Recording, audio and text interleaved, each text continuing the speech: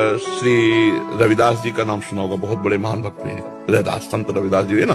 तो काशी के ब्राह्मणों ने विरोध किया, इनको पूजा नहीं करनी चाहिए, ठाकुर जी की पूजा करने का इनको अधिकार नहीं। तो बादशाह अन्य धर्मावलंबी था, तुरंत बुलाए गए रविदास जी, ब्राह्मणों की ऐसे पंक्ति बैठी और उनसे कहा कि आप ठाकुर सेवा क्यों करते हो? उनका हमारे ठाकुर वो करवाना चाहते इसलिए ठाकुर सेवा करते हैं।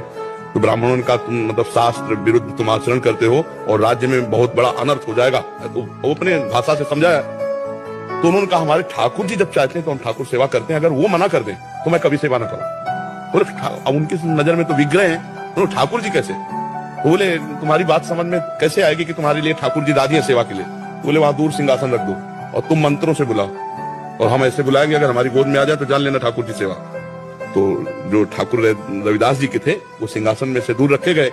उन्होंने शुरू किया मंत्र, कुछ नहीं, और भाव में भरकर कहा प्रभु जी ही ऐसे कहा तो सिंहासन ऐसे जैसे उड़ के आए ना, छाती से लग कर तुम अन्यथा कर तुम भगवान।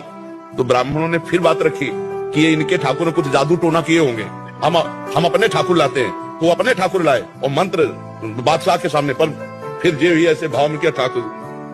महान संत मन चंगा उन्हीं का सूत्र है। तो कठौती में सबरी जी के पास भगवान गए, सबरी जी की स्तुति की और वहां भगवान ने अपने श्रीमुख से कहा जाति पाति कुल कर्म धर्म का इसका में कोई संबंध नहीं, मानो